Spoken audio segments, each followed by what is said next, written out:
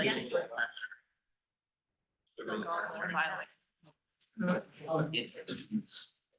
afternoon, everybody, or I guess still good morning, sorry. Welcome to the regular Board of Trustees. Today, Wednesday, April 16th, we will call this meeting to order.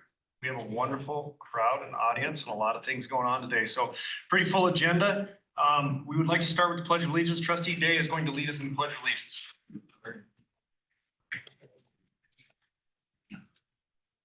I pledge allegiance to the flag of the United States of America and to the republic for which it stands, one nation, under God, indivisible, with liberty and justice for all.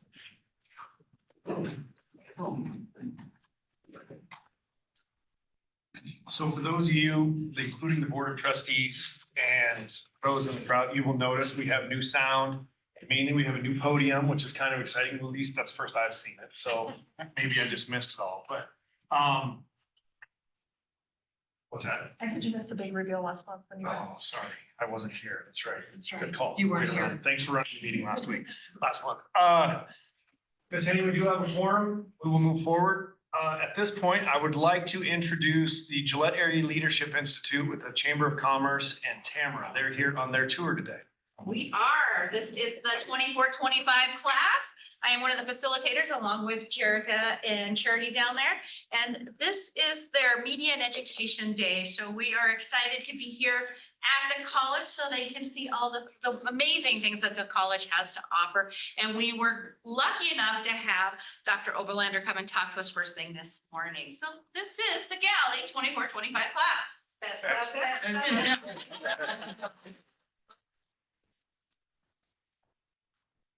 Can we take a moment and have the class introduce themselves and where they're from? Never mind. Yeah, I was gonna go that way. Again, see, we talked about my issues with control. Chairman's responsibility to. I would like to have you guys all introduce your name and the business you're affiliated with or what you do. So we'll start down there at your end. My name's David Strickland and I'm with the city of Gillette. Excellent. Brenda Crone, First National Bank. Dana Burgess, First National Bank. Stephanie Bragg, CRA Priority. Yes. Crystal Conley, I'm with the Campbell County Treasurer's Office. Sally Hutton-Knapp, I'm with Security State Bank. Nikki Dano, I'm with campus. Erin Slattery, I am the Chief Appraiser of the County Assessors. Emily Hyman, I'm the Operations Officer at Pinnacle Bank. Lisa Coleman, I'm with Campbell County Health. Bree Richardson with Campbell County Health. Eric Loxo, First Northern Bank of Wyoming. Taylor Webb, Hilltop Trust and Wealth Management. Charity Bach, First National Bank. Jerry Mills, Gillette Funeral Service. John Jackson, Campbell County Library. Jenny Nell Hartung, the Salvation Army. Shauna Lignas, Campbell County Health. And I'm Tamara Atkins with Pinnacle Bank. Excellent. Thank you very much. Thank you for coming. Do you guys have any questions of the Board of Trustees or the college? Anything that we can answer for you? How about you guys introduce yourselves? Okay. I'll start with our legal counsel. We'll just go around the table. Thanks, Dan.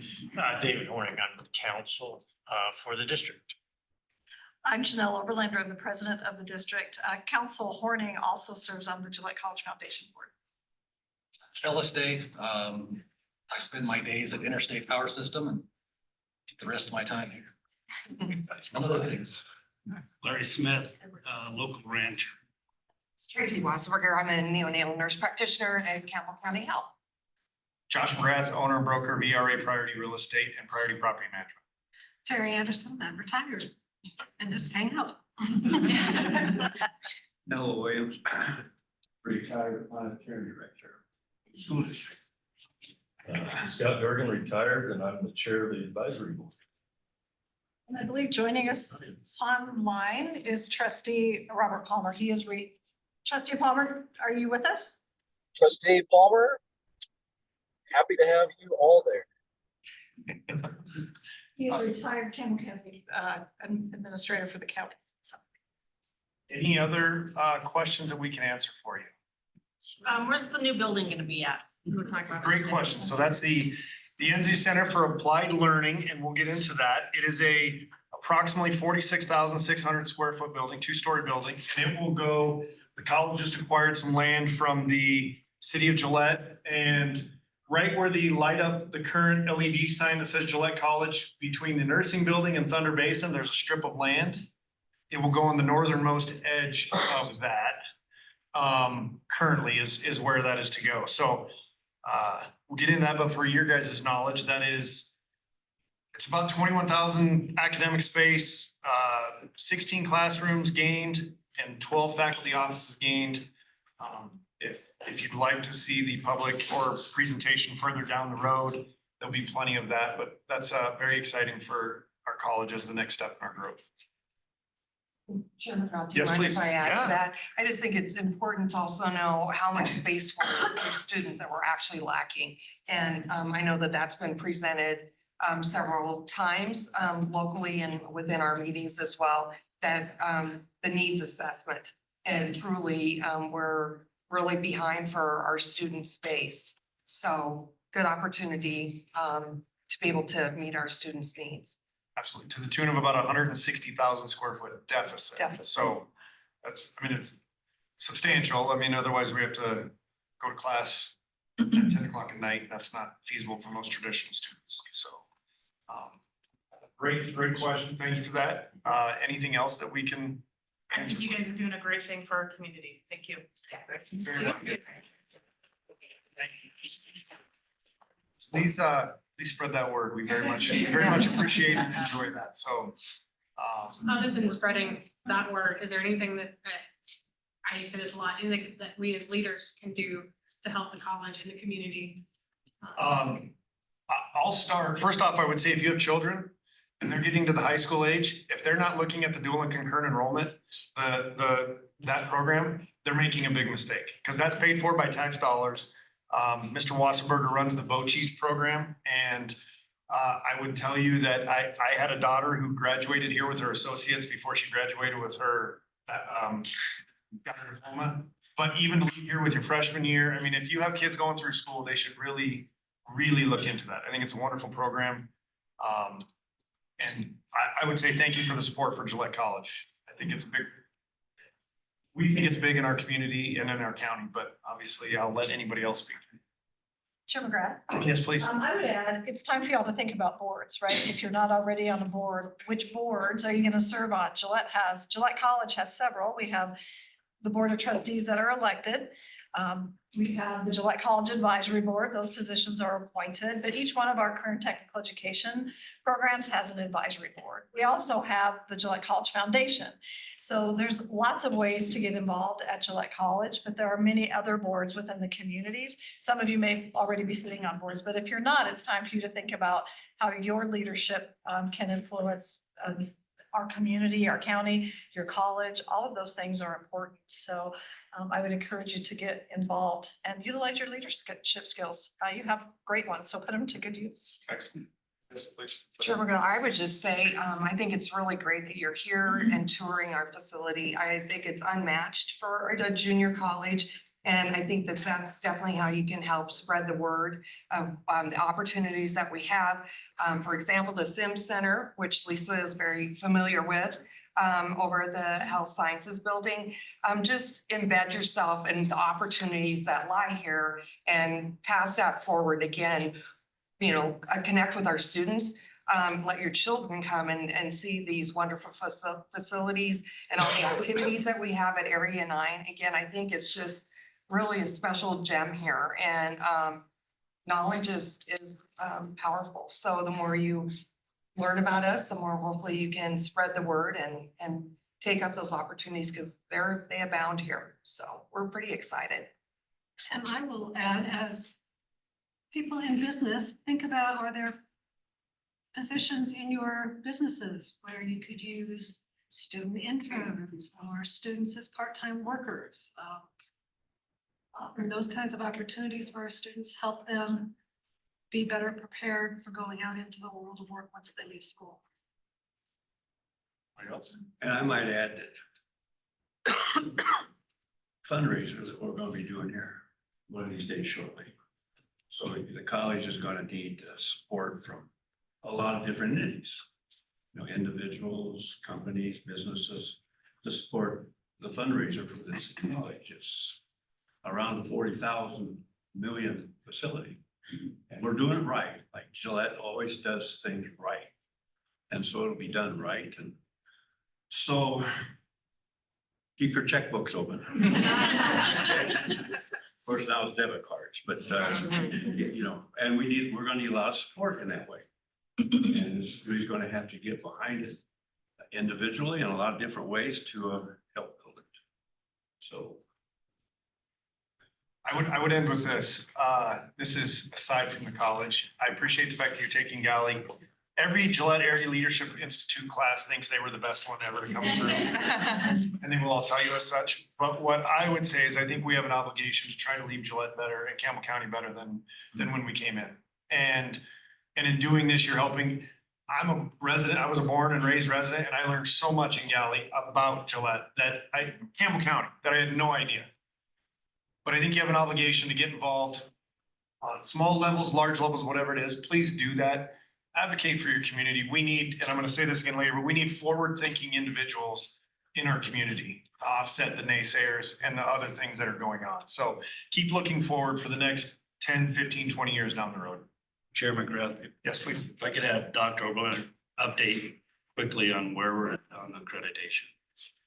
Happy to give you an update on where we're at with accreditation. We talked a little bit about this morning. We're just about to enter into candidacy. Once we're into candidacy is when we begin working towards our relationship with the U.S. Department of Education. Once our comprehensive visit is over in October, then Dr. Spriggs, who is my vice president for academic and student affairs, and I will get a quick trip to Chicago to meet with the Institutional Action Committee. That committee with the Higher Learning Commission then makes a recommendation to the HLC, the Higher Learning Commission Board of Trustees. It's official action now once we're into candidacy. Once we have that status, then we will quickly move forward into initial accreditation. All the stars have to align. That includes the U.S. Department of Education. Once we have initial accreditation is when we begin to do what we talked about earlier, some of that work with the bachelor's degrees and the other current technical education programs, the nursing program or the healthcare programs, those types of things are when we start to look to bring those online. So we're close. We're really close. So. Thank you, guys. We appreciate you your very time. much. Thank you, guys.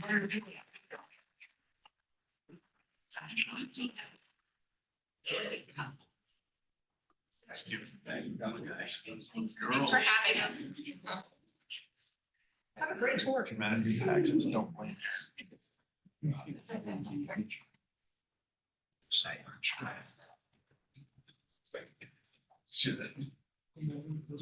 at that, Mello, you're back. Trustee Williams, you're back online.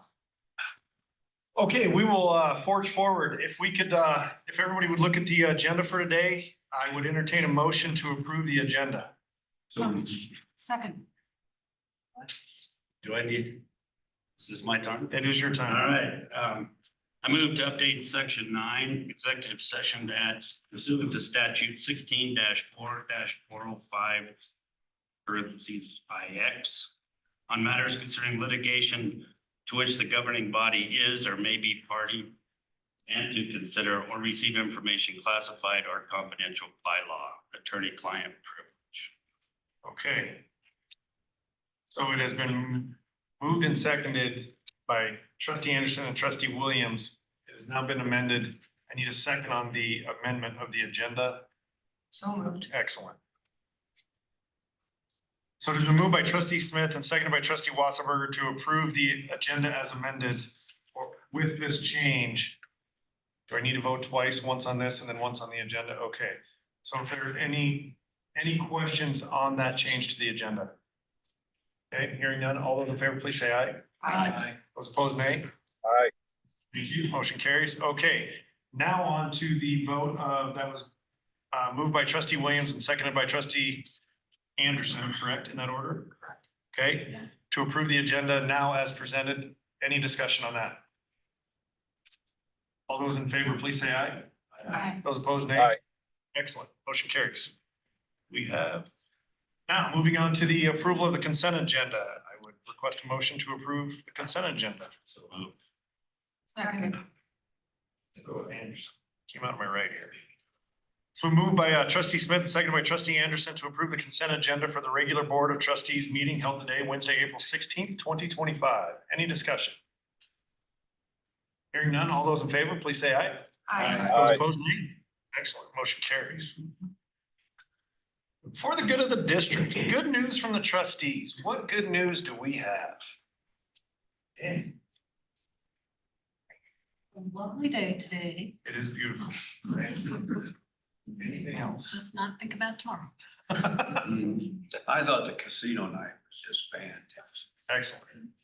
Thanks, Heidi and your staff for all the time and effort. I'm not sure how much, are we gonna get a report today on the funds? Good. Full house and everybody had a good time. Absolutely. Nell lost all his chips. And people gave them to him. Excellent. Any other good? We also had a phenomenal Skills USA competition a couple weekends ago here for machining and diesel. A really good turnout. You know, first time I've ever seen freshmen, sophomore, junior, seniors from high school at the high school level in the skills diesel competition. Some really, really good kids. Excellent. Trustee Smith. Our rodeo teams just keep plugging along. Our women are way up in front in Region 9 or in their region, and men are coming on. So their last rodeo's 2 weeks from now. Yes. Excellent. Anything else? All right. Moving on, the Coca-Cola Award winner, Dr. Olander, I'll let you introduce. Awesome. Thank you, Chairman Grath. We are so pleased to get to introduce our Coca-Cola Award winner, and to do so, our PTK advisors, Miranda Finn and Brandy Martin.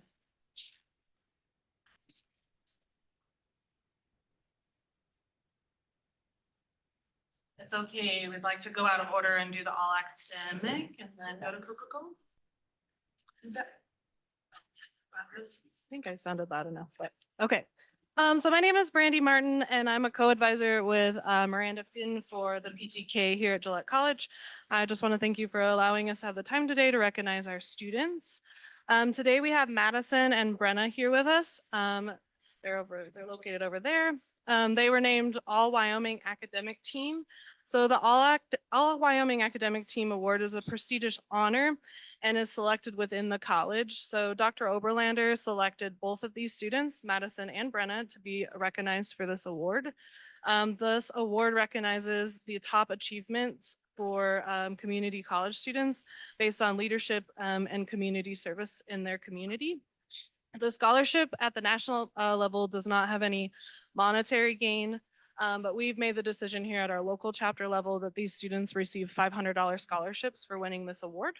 And I would like to recognize Madison. Madison is currently our local PTK chapter's secretary and treasurer, as well as the president here on campus for the Science Association.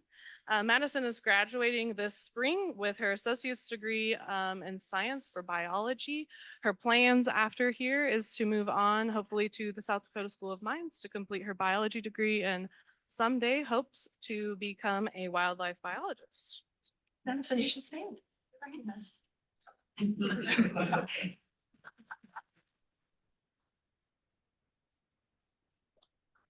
it over to Miranda. Thank you very much. I'll first talk about the award that Brenna won. So after Dr. Oberlander nominates the students to the All Wyoming Academic Team, they then go into a national pool to be considered for additional scholarships. So we're very proud that Brenna Call won our Coca-Cola award this year. She's a member of the bronze team. You can go and stand, Brenna. Out of more than 2,100 students, Brenna was one of 150 selected. So very, very proud of her. And she's now the fourth Gillette College student we've had in the last 5 years win a national PTK scholarship. So it's a pretty big deal, and congratulations to Brenna. And I'll talk a little bit about you as well. She already has a degree from here in industrial electricity. Decided she wanted to pursue an English degree now, which is obviously very close to my heart as an English professor. I've had the pleasure to have Brenna in 2 different classes. I can say she's well within the top 10 students I've ever taught in my 16-year career here. Very, very gifted and talented academically, also a hardworking single mom. So very proud of her, and she'll be our PTK president next year. So we're thrilled about that as well. Congratulations.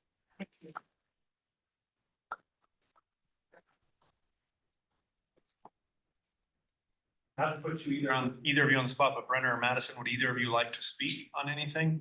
say anything, talk about yourselves or your endeavors? Not particularly. Where are you from? July, I was born and raised here my whole life. Me as well, and it's just a really big deal for me because as a first generation and a non-traditional student, I didn't even think coming back to school and making something of myself was possible. So all these opportunities are insane for me, and I appreciate everybody who's helped along the way. Congratulations. Any other questions from trustees? Oh, that's outstanding, just Amazing. outstanding. You guys are doing great things and we're just so proud of you and to hear about students that are achieving their goals and their dreams from Gillette College. So very, very proud of both of you. Well done. Anybody else? Thank you for representing us so well. Makes this doing worthwhile. Mhm. Thank you. for letting us recognize that too. Oh, absolutely. Absolutely. But Jim McGrath, we're taking a Yes, quick please. picture. Yes. You will come up and take a picture for us. We'll do it in front of the table. If we could come up and have a group picture. As long as you're getting in there. This is always the difficult part, is to organize people. Absolutely. Yes, that's why. Do you want just the four of them to start or all of us? No, all of Okay, us. cool. Congratulations. Thank you. Good choice. Always on the shore. Where's my behind position? You're so-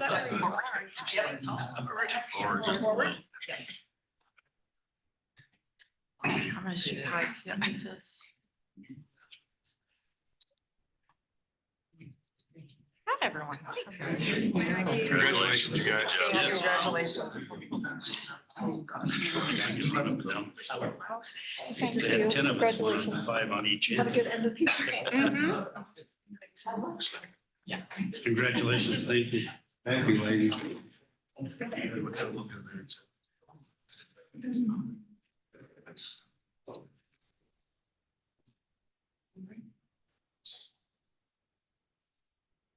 All right, Dr. Overlander, staff of the month for April. Chair McGrath trustees, Samantha Griffiths is here to present our April staff of the month. Hi, Chairman McGrath, trustees, I'm Samantha Griffiths, Director of the Library, and it's with great pleasure that I introduce Britt Brown as Staff of the Month.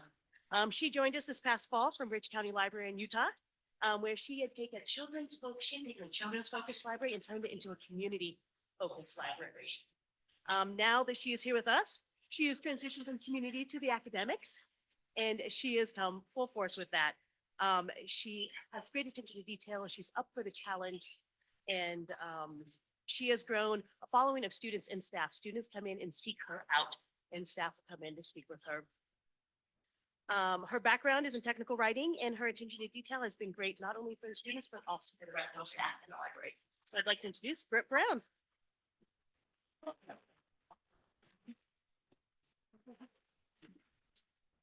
Is there anything you'd like to say? Would you like to share anything? You're welcome to. You have to come to the microphone. though. Students got to do it sitting down.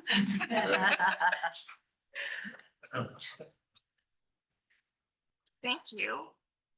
I have loved working here. I've only been here for a few months, but thus far it is hands down my favorite job I have ever had. I love working with the students. I love working with the staff. Sam is my new hero. And I look forward to coming into work every day. Thank you so much for that.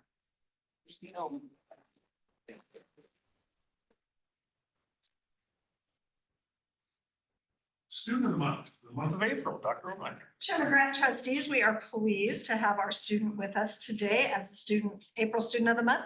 And Christina Redmond from our welding department is here to announce the student.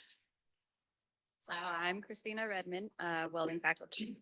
And I have here to introduce you guys to Peyton Asuker.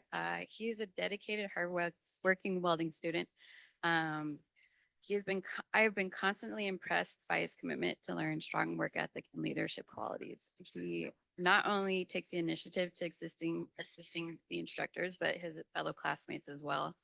His willingness to help goes above and beyond. And in his coursework, it sets him apart from his peers. He arrives early, prepared to work, and constantly demonstrates integrity in everything he does. Beyond technical skills, Peyton possesses a strong sense of responsibility and eagerness to improve. And from just hearing his background, he is doing phenomenal, and I look forward to seeing where he goes with his career. And he just had a new baby, and he still comes to work or school just bright-eyed and bushy and ready to work. So this year is Pete.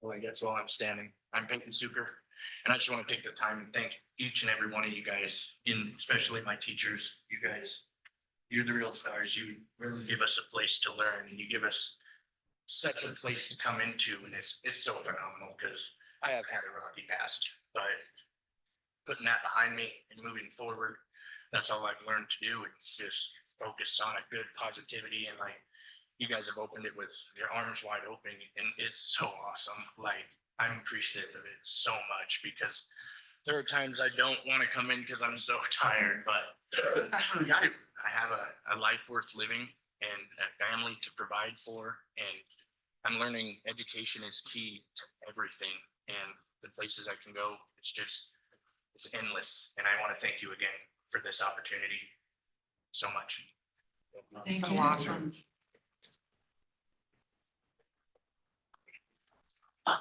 Also, I just got back from skills this morning. I do know we took several gold places, so we have students that will be going to Atlanta for nationals. That's fantastic. Congratulations, both of you and on the skills team. Thank you. Faculty of the month, Dr. Oberlander. Chair McGrath, trustees, I would like to recognize, so you met Christina, but also Troy Miller and Jeremy Blazik, welding instructors. I think you've all met Troy, but Jeremy is new, like 1 month, right? As a welding faculty. So we're pleased that you could all be with us today, and go Gillette College. Yeah, good job.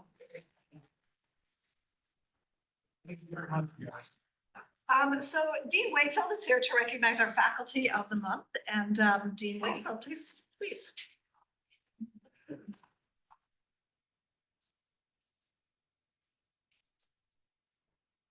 Chair McGrath, trustees, President Oberlander, thank you for having us today. I'll give you a quick update from skills from nursing. Also, our first year competing, we had a student qualify for nationals as well.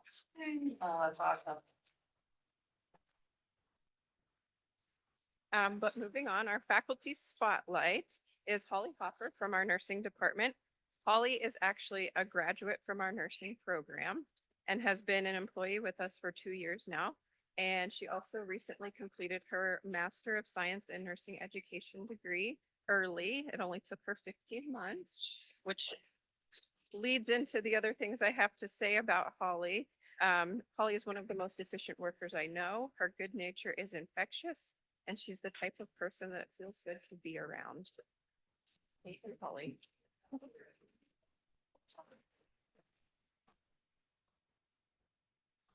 you.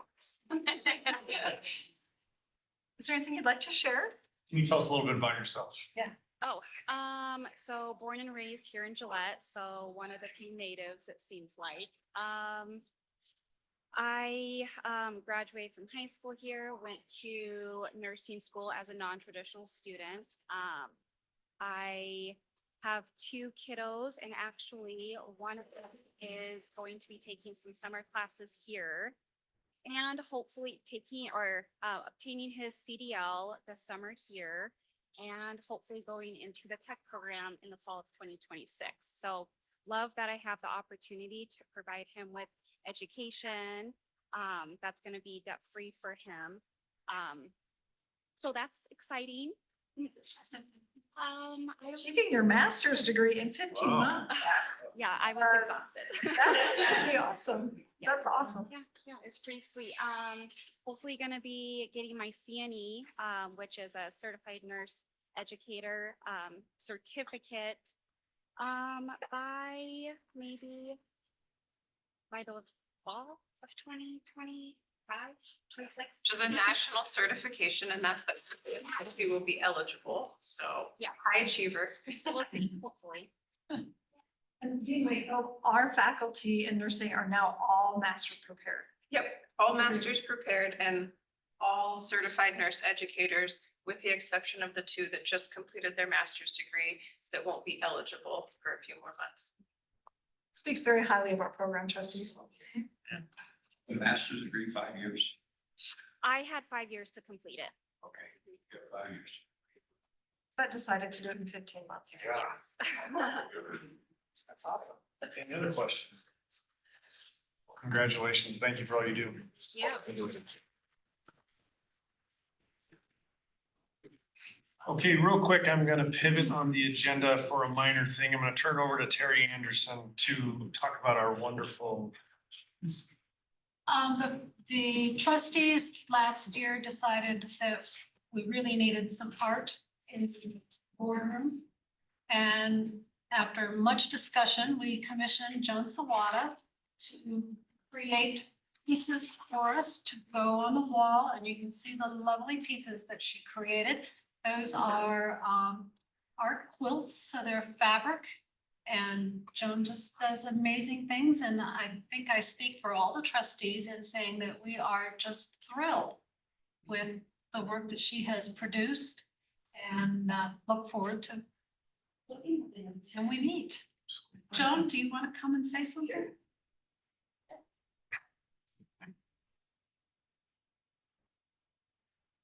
Well, I appreciate you all asking me to do this commission, and it was fun and I enjoyed it. I've lived in Gillette since 1978, so longer than I've lived anywhere else. And I love the community, and the college has got a lot of visually very pleasing things, including the new circle lights. There's always something that's visually interesting, and I'm glad that you're paying attention to that. You know, that's neat. So thank you. Thank you very much. I have one question first before you share. How long did it take to do a single one?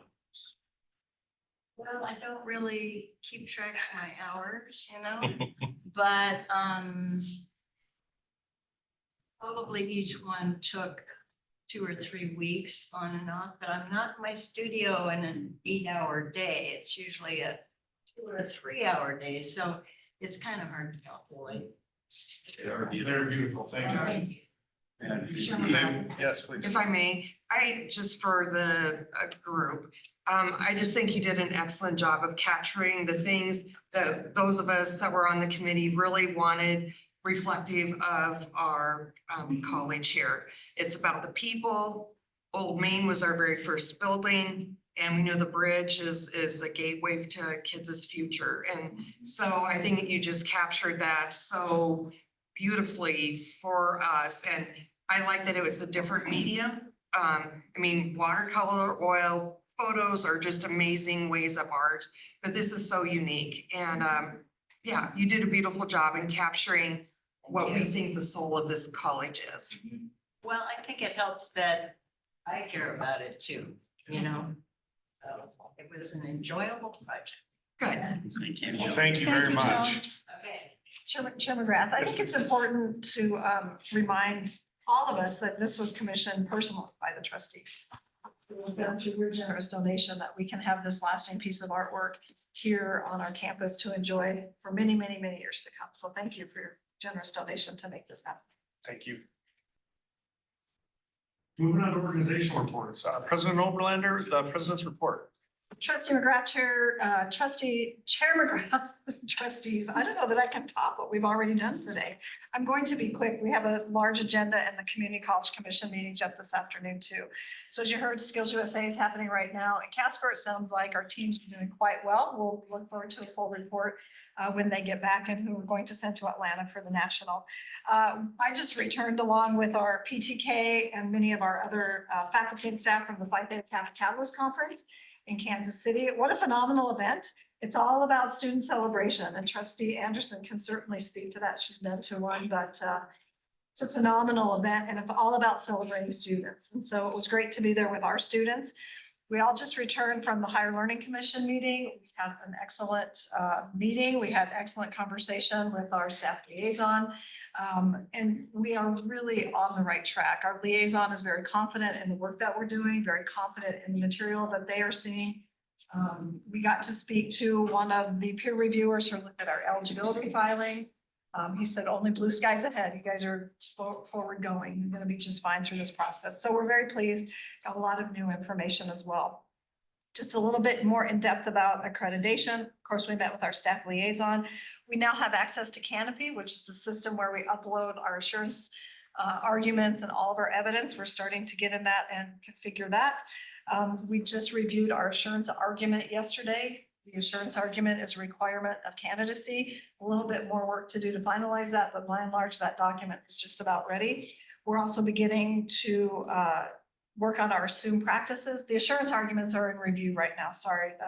Roger Humphrey is working with our criterion chairs to make sure all those pieces come together, make sure the evidence is reviewed. The assumed practices is what we reviewed yesterday. That document is about done, as well as the federal compliance worksheet. We reviewed that yesterday. Again, we've been practicing federal compliance even though we're not required. So that document really is our financial aid director and our registrar's responsibility to get that evidence together. They're very comfortable with what's required. We also continue to work on consumer information. Again, we've been practicing it even though we're not required. So we're in a really, really good spot. And so just a couple things I would remind you of happening on campus today. We have the Wyoming Community College Commission meeting. The workshop is this afternoon. Please be reminded of the reception this evening. We'll be on the floor of the Pronghorn reception, touring the simulation space. You'll get to meet Hal, the AI simulator, if you haven't heard him yet. And also reception, ECV is performing as well. And then tomorrow is the commission meetings. WAC team meetings are also this afternoon. Trustee Smith and Dave will be involved in those. At your spot, you have the commencement schedule in front of you. We do have commencement as lined out. We're finalizing scripts, so we look forward to that. It's award season. We'll do student awards. We'll do athletic banquets coming forward. So it's a fun time on campus, but it's a busy time on campus. But let us know. Of course, your spouses are welcome to join us in the VIP suite. Scott, you'll be on stage with us. We have a row perfectly picked out for you. So, and certainly our commencement speaker will be joining us as well, Scott Cargill. So it's an exciting time. With that, there's a lot more to talk about today. I will be happy to answer questions if you have any of me. Any questions for Dr. Oberlander on her report? Okay, moving on. Well done. Thank you. Select College Advisory Board, Chair Scott Durgan. Yeah, well, one of the things that we decided to actually revamp our agenda a little bit. And really one of the feedbacks that we got from some of the members is some want to be involved, some don't want to be involved as much. So we're trying to balance that. We still want them involved, but we're going to try and make the meetings a little more crisp and faster and get through it so that we can allow people to go back to work that aren't retired. And, but also we're going to develop some subcommittees. So if you want to get more involved, you can. And right off the top, what we're going to do is we're going to do a subcommittee that is really looking at the community at large, look at any growth opportunities that are out there in the community. The chair is Rusty Bell. So we're going to have him chair that subcommittee. And what we want to do is just make sure that we have our eyes and ears open to the community and what's going on and see how the Gillette College can actually help that, whether that's workforce, whether that's training, anything else like that. So we're going to kind of be the eyes and ears out there looking at the community.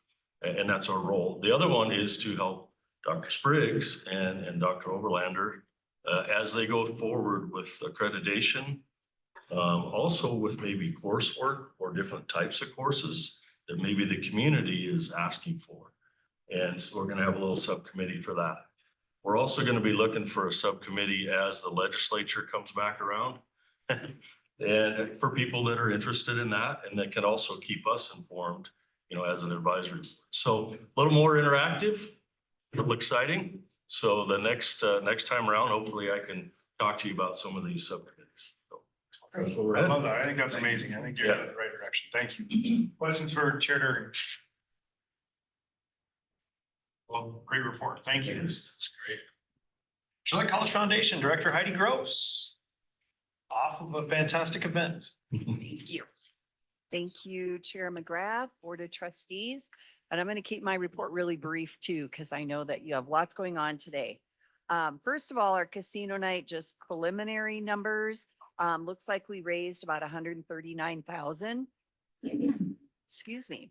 So, but that's just a preliminary number. I still have lots of numbers to crunch. So, but it was a very successful event and we got a lot of positive feedback. We added some new games this year and people really seem to enjoy that. So, also we have decided on our distinguished alumni this year. Our alumni committee met and trustee Ellis Day was nominated and he was selected unanimously by the alumni committee. So trustee Day is our distinguished alumni.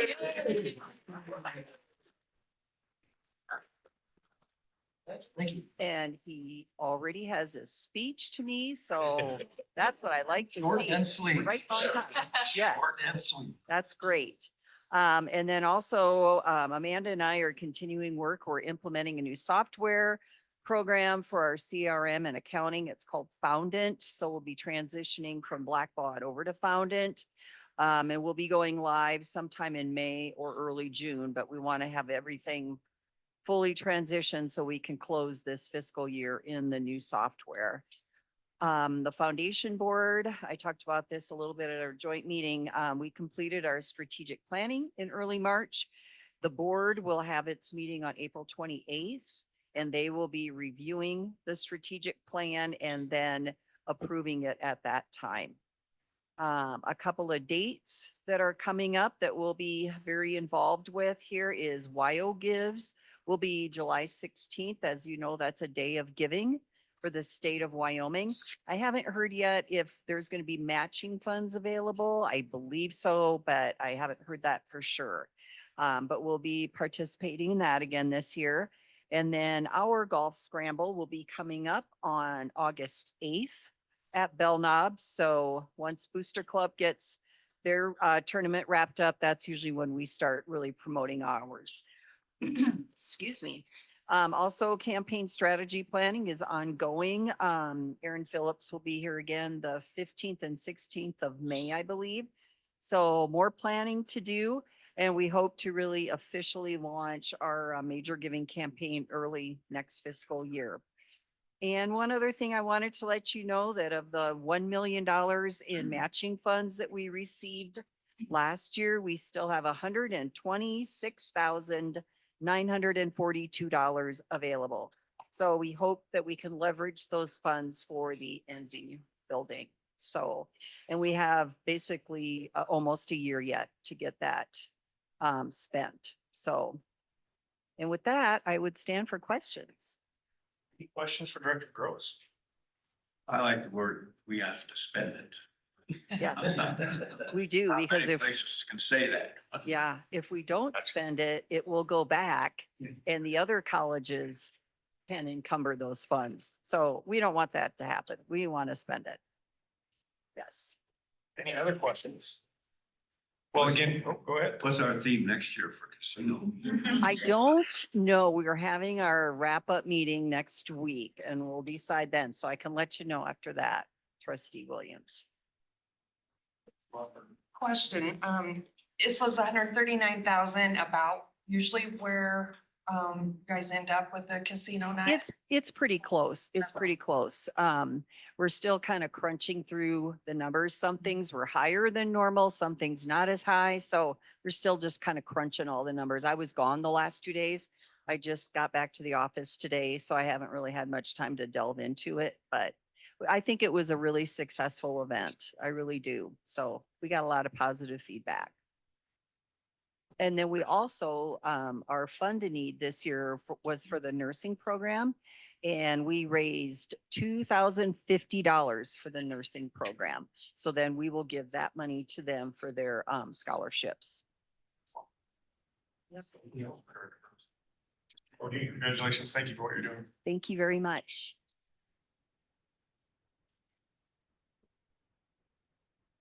Jill McGrath, it looked like Trustee Palmer might have had a question or something. Trustee Palmer, any questions? No questions. I lost you for a minute, sorry. Okay. Student Senate report, Senate President. Wow. Is that right? No. It's okay. It's all right. I love the effort. It's okay. This is your last report, trustees. This is your last report, as you were leaving us, and we wish you great things. So go ahead. Appreciate it. Okay. So on April 8th, we had our career readiness event. The Active Minds Club, Active Minds handed out job resources pamphlets. HR did mock interviews, and the career closet was set up. For Student Senate, we kind of had like a drink bar and snacks for kids to just come in, or students, sorry. I still think I'm like a little kid. Anyways, for students to come and like grab stuff before they go to class or in between classes as well. And we also had the Hope Cupboard restocked with a lot more grab and go foods for students who are staying on campus for a little bit longer so they can go get snacks, or for students living in the dorms that they get grab food as well. Then also we had a student focus group meeting with Dr. Oberlander for the NZ building and gave her some feedback as well. The new building's really cool, by the way. Whoever did that did a great job, but it's great effort. And then Safety on Campus is putting together like a scavenger hunt or like a trivia thing to raise awareness for safety on campus. And then we've also submitted, what is it called? Ideas for our class gift to Dr. Spriggs, I believe, or I don't know, whoever's higher up. I forget the chain of command, but it's higher up. It's somewhere. It was emailed. It's somebody. There's a food drive going on as well, so you'll see the carts across all the buildings for that. Then we also, I don't know if I can report on this, but the student ambassador program that started this year, I've heard a lot of great feedback on that. I have a lot of friends who are in it and they love it. So, and I just see them always giving me tours and it looks like they got a good thing going. And then also, what is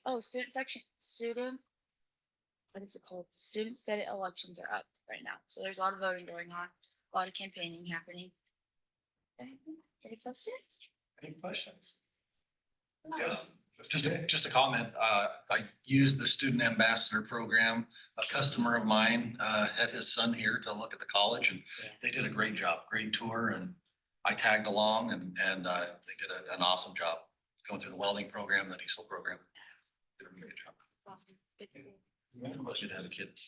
Where are you going from here?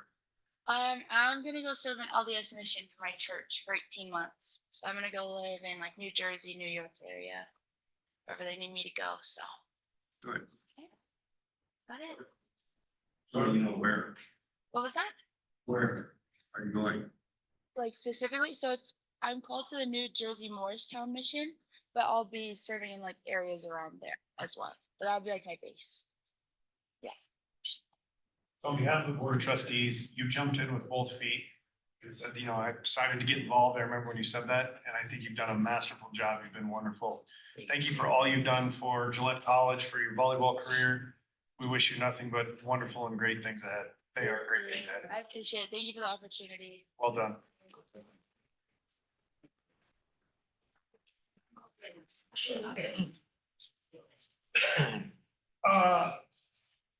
Old business tuition update, Dr. Oberlander.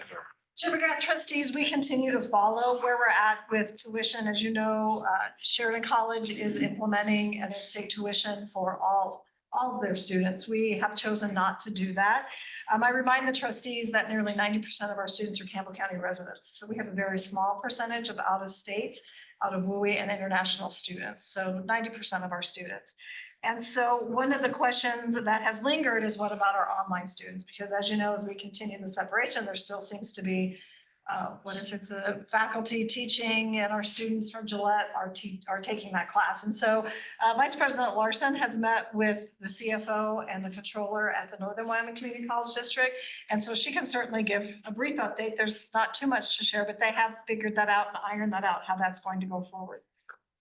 Afternoon, Chair McGrath and trustees. Talked with the CFO at Sheridan College, and what has been decided is that if you are a Gillette College student and taking an online class, regardless of which school is teaching it, you're a Gillette College student, so you will not get the 50% reduction in tuition. You're taking online and out of state. That makes sense. I'm not always good at explaining. Yeah, I think it makes sense. Whether I agree with it or not is another topic that this board can delve into, but I struggle that if it's a fact, this is just me speaking. I struggle that if it's a faculty member out of Sheridan teaching it and you're here to those standard, not that, because they're all NWCCD students. And so I don't know that discriminatory is the right word, but it feels a bit unfair that you're going to charge two different rates because of the location that you're sitting versus where the class is taught and where it's taught out of. That is my feeling. So Chair McGrath, as a board of trustees, as an administration, we made the recommendation not to implement the tuition reduction. And so, and for many reasons, we made that decision.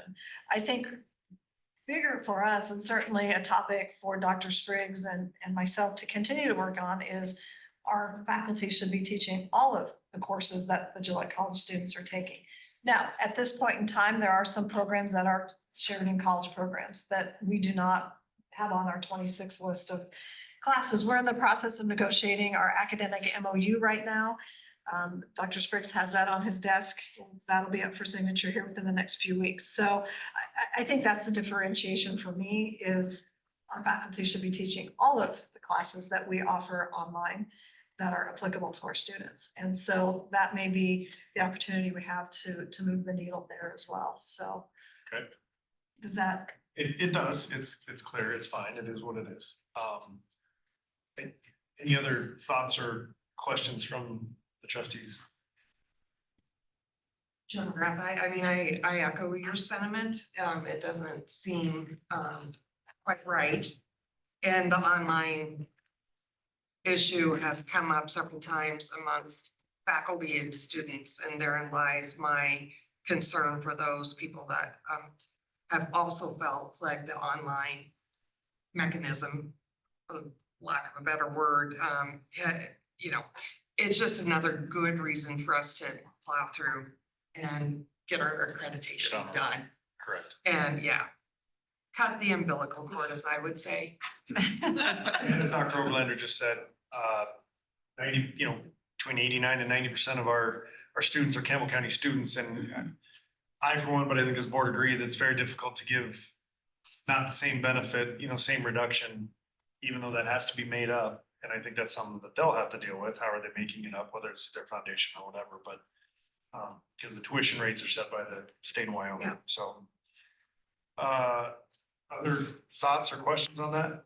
What's the funds that Sheridan College receives from this tuition online? How much do we pay? How much does Gillette College Yeah, how student? much do we pay? Are you prepared to answer that? Do you have any idea how much? Sorry, I don't understand the question. What do we pay Sheridan? Yeah, Well, we don't, the student does. yeah. Do you have any idea how many online classes are taken? Sheridan receives 50% for every FTE for online is a half an FTE, I think, from state funding perspective. So they get all of our FTEs as students, right? But the online ones are only a half, worth a half. So I think the question might be, and correct me if I'm wrong, Trustee Williams, like, we have 38 classes, 38 kids taking online classes based out of Sheridan. Do we have that? And maybe that's, Chair McGrath, trustees, we'd have to do a little That'd bit be great. more data research, but I think what the trustee is asking is, are we being reimbursed for the tuition for online classes?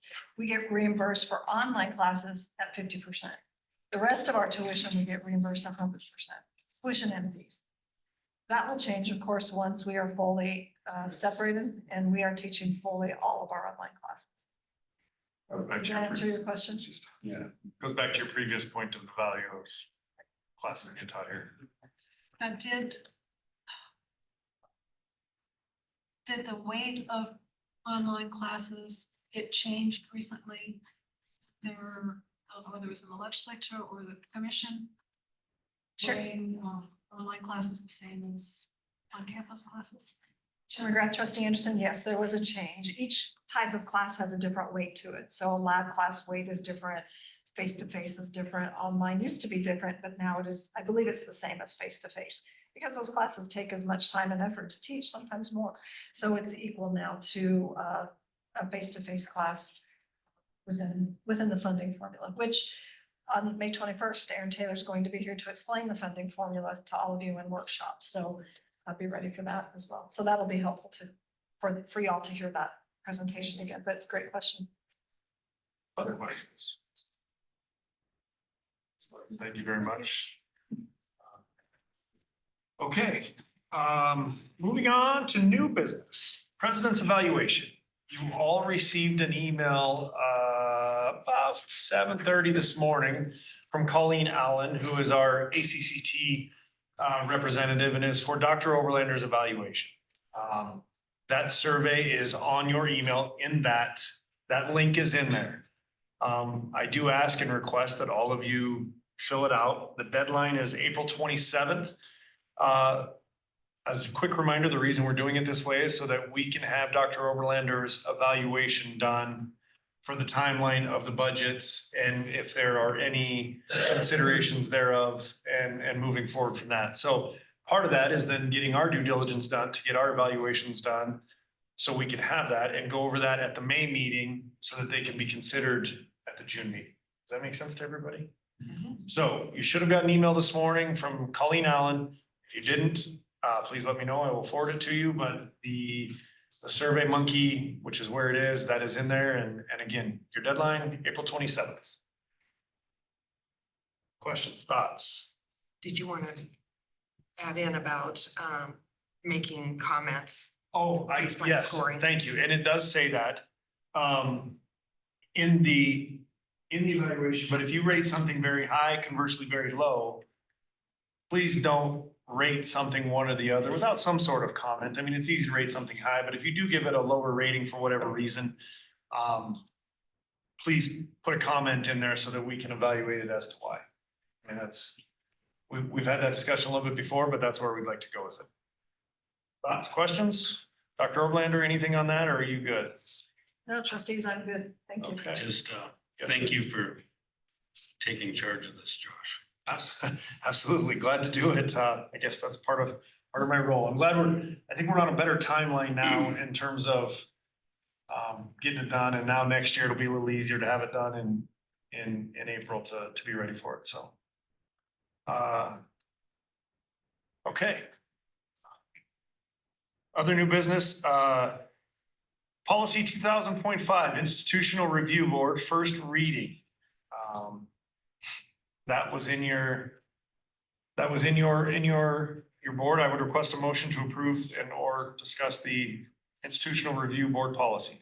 I'll be happy to make a motion to approve first reading of policy 2000.5, institutional review board. I'm gonna go a day. It has been moved by trustee Wasserberger and seconded by trustee Day to approve first reading of the policy 2000.5 institutional review board. Questions, thoughts on that? Anything from Dr. Oberlander regarding? Chair McGrath, the only thing I would add is that Gillette College does not do research, but this policy is important because we have outside entities, people who are working on their doctorates, organizations who want us to be part of their research, and we need a way to vet that. And so this policy will live and breathe with our institutional researcher, Roger Humphrey, soon to be Dr. Roger Humphrey. And so this is your first reading. The district council has endorsed this policy at their last meeting. It's just a close the gap type of policy that we need to have in place. Excellent. Further discussion? Hearing none. All those in favor of the institutional first reading of the institutional policy 2000.5 institutional review board, please say aye. Aye. Aye. Motion carries. Yeah. It's just That voice from somewhere. You've ever seen the movies, God rest his soul to Val Kilmer, but Real Genius, and they talk to God. That reminds me of what we're getting with Bob Palmer up there right now. So legislative updates and required policy, Dr. Oberlander. Chair McGrath, trustees, thank you for the opportunity. We've spent, legal counsel and I have spent some time looking at state statutes that have recently been passed. You have a summary at your table. Trustee Palmer, I did email this out to you, so you have it in your email. I do want to talk a little bit about some federal updates. I've had the pleasure and the opportunity to listen to a couple of updates from DC, one at the HLC conference, also one prior to that. And of course, the pieces that we're watching closely are the executive orders. When we were at HLC, they were expecting an executive order to come down on accreditation. And as of yet, I have not seen an executive order come down for accreditation. There have been 2 executive orders on diversity. We had the Dear Colleague letter that addressed DEI, and then later followed by FAQ as well. There's been 5 on immigration, and then we also have one on the public service loan forgiveness program. And then we thought we still expect there may be one coming on accreditation, but as of yet, we haven't seen it. Of course, we have concerns about the Department of Education. The executive orders don't, what we were told by our updates, of course, federal or executive orders don't override federal law. However, that does not mean things like the U.S. Department of Education can't be reorganized. When we were at HLC, over 50% of the U.S. Department of Education staff had been reduced, had been let go. There is some rumor that there may be some rehiring happening. What we were also hearing, we right now do not have to report our IPEDS data, but institutions are required by law to report IPEDS data, which is a collection of various data across the institution. They were uploading data. The data was being received, but there was no one on the other end to analyze the data. So that was last week. Things could have changed by now. But those are the pieces that we're monitoring. HLC is monitoring. The Association of Community Colleges is monitoring as well. So we'll keep watching. We'll keep watching what's happening there. We do have a liaison with the U.S. Department of Education who last week contacted her. She was still in seat. She was still working. She was still very present. And so we will keep that communication line open and certainly continue to work through things like Pell Grants, things like awarding federal financial aid. Those are all things we're watching and keeping our eye on. So that's from the federal level. There's more, but those are the ones that really are applicable to us. What we're more concerned on right now, of course, is the new state's law that we have in place.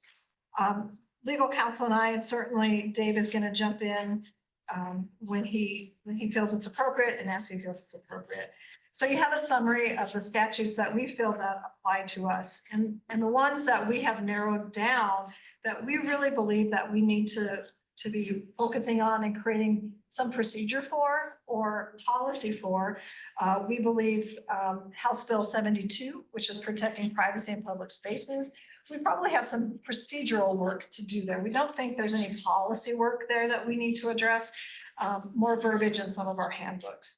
And so some of that will be in athletic handbooks. So we currently, right now, we have one male coach coaching a female team. How do we make sure that those athletes are comfortable when he comes in the locker room before halftime, after the games? What do we have in place to make sure that's happening? Right now, we believe that our restrooms are separate. We have non-gender restrooms across campus. Those are adequately marked. We'll take a look at that again and make sure that we're not missing something. So that one we feel is more procedure rather than policy. On that one. The other one that of course we have to have ready to go in policy is the Wyoming repeal of the gun-free zones, which was House Bill 172. What's happening right now is there's a group from each college. Our representative on that group is Greg Bush, our risk manager, working with other risk managers or other representatives from all the community colleges. And they happen to be working with the legal counsel from LCCC, who happens to be Terry Nethercott. And so Senator Nethercott is working very closely, I should refer to as legal counsel, Nethercott is working very closely with that group to develop a draft policy. They have a meeting this afternoon. I'm hoping to see the draft policy. My understanding is there have been 2 that have been drafted to this point. I have not seen them. I'm hoping to see them hopefully by the end of this week, early next week. What will happen from there is we'll bring the board governance committee together to vet that out. We'll work with our legal counsel to just step through. And then in May, the board will have your first reading of the policy that's brought forward. The University of Wyoming has already, you probably saw they have already written their policy and already passed their policy. So first reading will be in May and then second reading in June. And we have to have this in place by July 1. And so that gives you a timeline for that bill. But those really are the two that we really believe we need to focus on. Of course, we're paying attention to the others. We're certainly reviewing and making sure we're in compliance.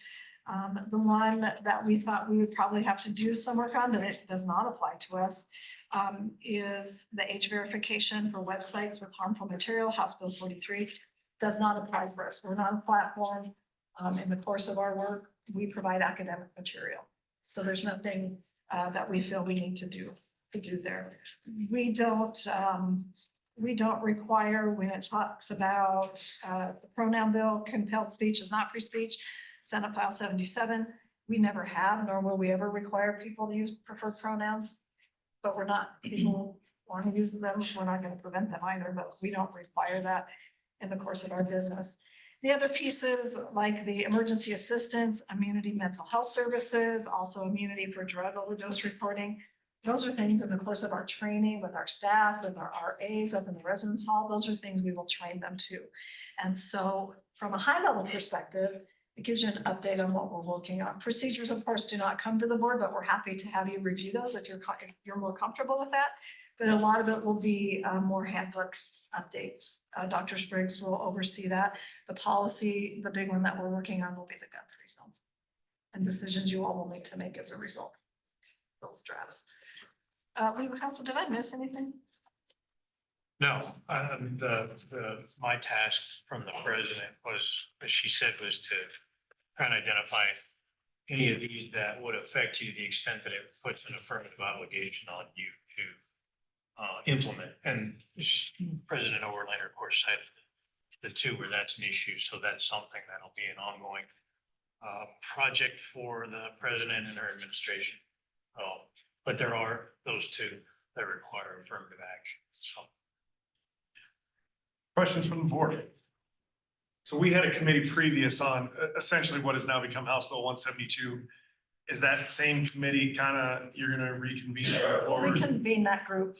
And that group, just so the board is aware, was consisted of, I believe we had 2 trustees, we had the chief of police, we had Senator Barlow, Representative Plouston, legal counsel was there, and really just stepping through scenarios.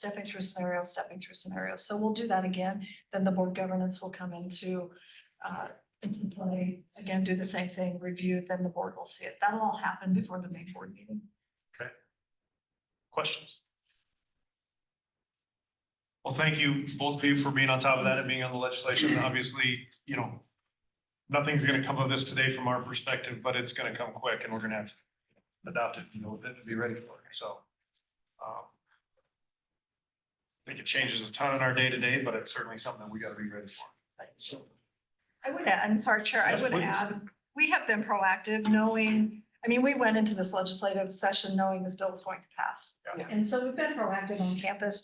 We have our risk manager, myself, before the session started, met individually with each department across campus, explaining what we believed was going to be coming. Our risk manager, Greg Bush, has now gone back and met with each individual department, implementing active harmer training, and we'll continue to offer those trainings. We'll continue to work with our faculty and staff to help them understand and to help them understand what the legislation means and what our policy means to them. So we'll continue to be proactive in those efforts. excellent. And I might add, you might add Greg Bush to your other committee, because he was not there previous, because he was not employed at that time by us. So, okay. Before I move on, any questions, thoughts? Okay, excellent. Committee update reports, WACT and WCCC, Trustee Smith and Trustee Day. Chairman McGrath. President Overlander covered most of it. As she said, we were posting WAC, T, and commission Gillette campus today and tomorrow. It's a great opportunity for us to showcase what we do. There will be at least 14 other trustees from the other community colleges, their presidents, vice presidents. So it's a great time for us to show what we have and to host them. And then in our next meeting next month, we will actually have a report because we'll have our meetings this afternoon. So you have anything to add? No, I was gonna say the same thing. We have our meetings today, so excellent, really good. Thank you for your work on it. Questions regarding those for the trustees? All right, now the moment you've all been waiting for, board education from me. So I'm gonna hit you with a couple things because something happened yesterday that we're gonna talk about, but I'm first gonna hit you with the Department of Education and what that looks like. I did a little more research yesterday, and really what that looks like from at least my perspective as a trustee. Some things, so community colleges, obviously, we believe, and I agree, they're the backbone for education for millions.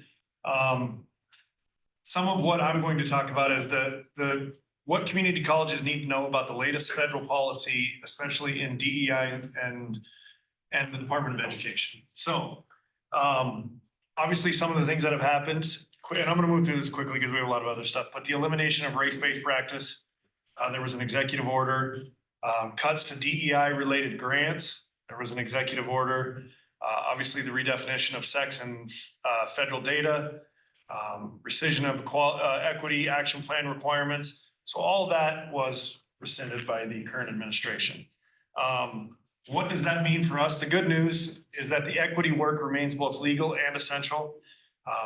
We're just gonna, I think we have to shift our strategies and close gaps without using obviously certain words, running afoul of using income. You know, you're gonna have to shift away from those things. Bottom line, building an inclusive campus is not gonna go away. Rules are not gonna change. The rules are changing, but it's not gonna change who we are as a campus. We just have to revise our strategies to remain compliant. Some of the things that we talked about also is the shift in the visas, or not the shift, what is happening with the visas. I think that could hurt our international students. What does that look like? Student visa limits that they've changed from, I didn't know this, but they've changed from, it's now 2 to 4 years. So they've shortened grace periods.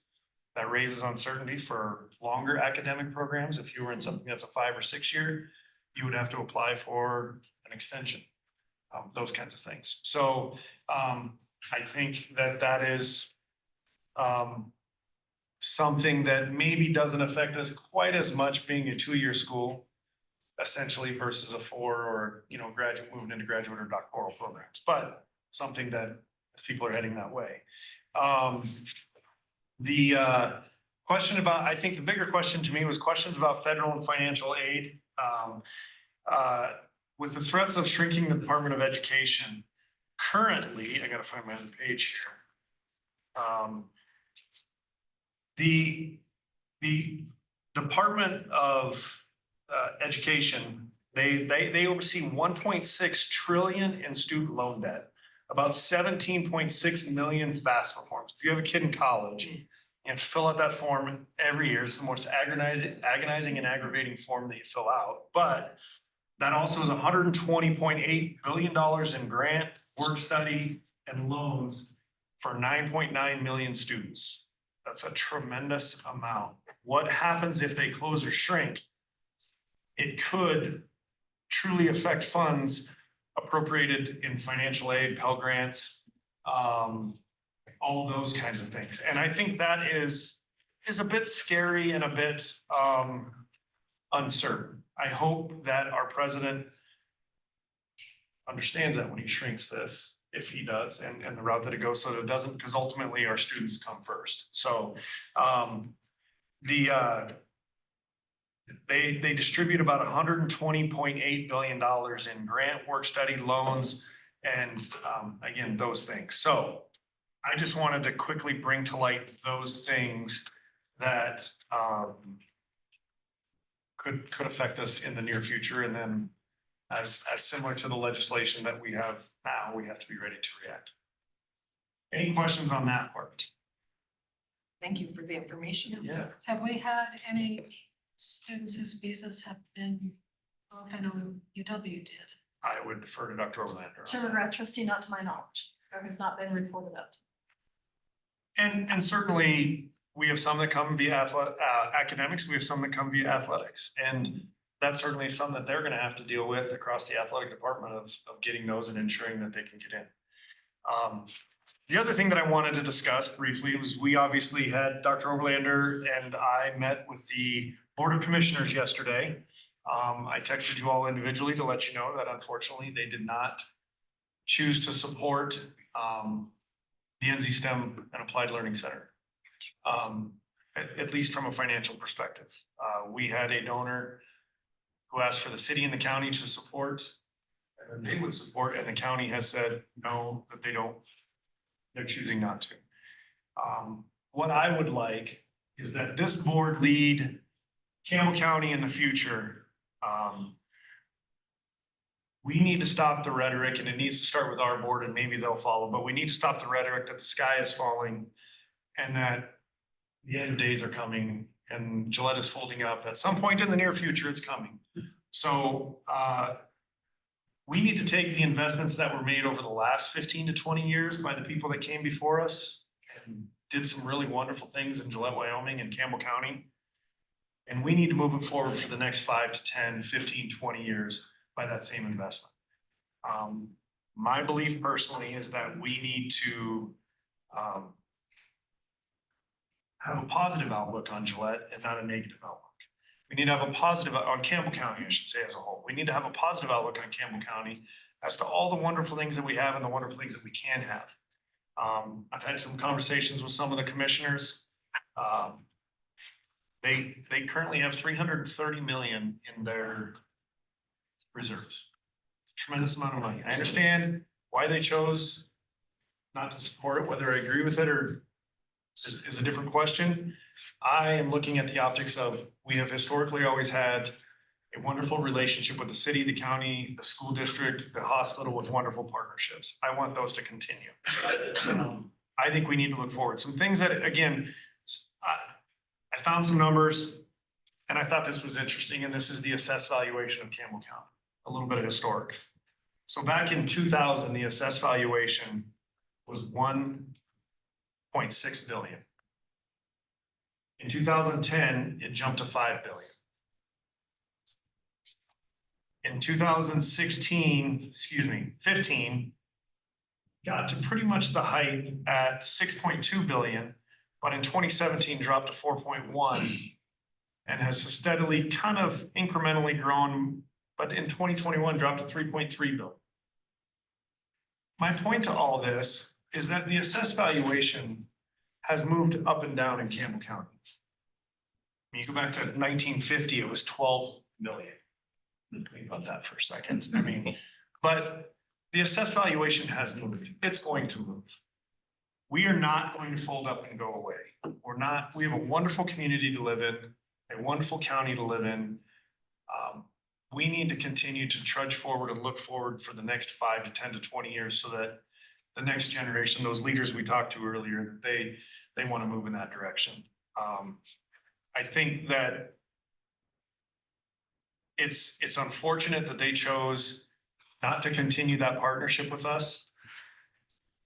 There were some numbers thrown out that we're going to see a 16 or a 9. I think you said one commissioner said we're going to see a 19% reduction. I'm not sure where he came up with that number. If the assessed valuation drops to 4.9 billion, that's about a 7% decline year over year. But historically, it wasn't very long ago. 4 years ago, we were at 4.5 billion and we were okay in Campbell County. We're okay. So then last night I read in the paper, Peabody procured a long-term 7-year contract. So, you know, we're going to be okay. I would like, as we have done in the past, our board to continue to lead Campbell County going forward in a positive manner, that we're here to do great things and we're here to grow Gillette College in a responsible way, putting our students first. Questions or thoughts? I agree with you, Josh. To me, it's kind of like a baseball game where we're at. We're in very early innings of in relationship to our facility. And so the score is 0-0. And we're in the second inning, but as the game goes on and we get more people involved and we gain more funds for this facility, it's going to be hard for these people not to get on board, whether it is the city or county, or whether it's people within the community. And so as the game continues down the road, we're gonna see I think a lot more positive input from the county commissioners. I think we're gonna see a lot more input from the city council. And so, am I worried about? Not really. I think it's a process of growth. And we're in the process of slowly growing to build this facility. You know, when it gets to, we raise $25 million and we go back to the county or the city, and it's gonna be hard for them not to say yes. Because this is what we're doing, and now we need to get you on board. So when I first saw it, I thought, gosh, dang it. I think this is how the United States is kind of working now. We take a look at things, you know, and then down the road, it's really gonna happen. And this is really gonna happen. So, and I think as trustees individually, when we talk to them, and we all know the commissioners, most of us, we need to be positive with them, you know. We need to say, hey, you know, and of course, one of the things is, you know, we're losing $10 million from the state because we don't fund ourselves totally, you know, with the mill levy. So I know I've talked to a couple of them and they see this picture, you know, and they see what's happening, but they're not ready to jump on board yet. But I think they will. I think they really will. Okay, thank you. I have faith, hope, and The charity will show up. okay. Anybody else? I don't think it's just us. It's a mentality change. I had a conversation in the last 2 weeks with a business owner in Gillette that born here, has built a phenomenal business and is expanding. And when he went to the county commissioners to expand, he couldn't believe that he got a no vote. So that it's not just us, you know, but how do we help them? I encouraged him to run for office. So that's the way to change it. You need to be on county commissioner. So encourage everybody to run for office. So hopefully, but how do we help them see the bigger picture of the business and growth? Anybody else? All right. Moving on. Public comments. I didn't see any on the sheet over there. Is there anybody out there that would like to speak? Okay, at this point, I would request a motion to move into executive session pursuant to. These are the same, right? Okay, they are. 164405 A3 and 9 on matters concerning litigation to which the governing body is or may be party, and to consider or receive information classified as confidential by law, attorney-client privilege. Before I request a motion, there will be no action coming out. So for those that are here, you don't have to worry about that. So anybody request a motion? So moved.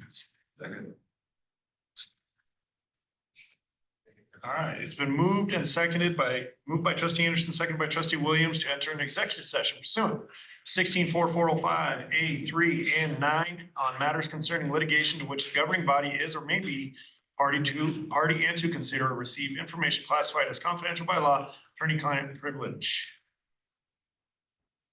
All those in favor, please say aye. Aye. Those opposed, nay. Aye. Thank you. As we move into that, there are some upcoming events. I should have mentioned those, I apologize, but April 16th, 17th, obviously we're here. The receptions after this evening, 6:30. Booster Club Golf Scramble, May 3rd at 9 a.m. We have 39 of 40 teams currently, so we need one more team. And you see the rest of the events. So thank you, everybody. We will move into executive session. Take a 5-minute break for those of you that would like to use water and use a facility. Ellie, is trustee Palmer coming back in?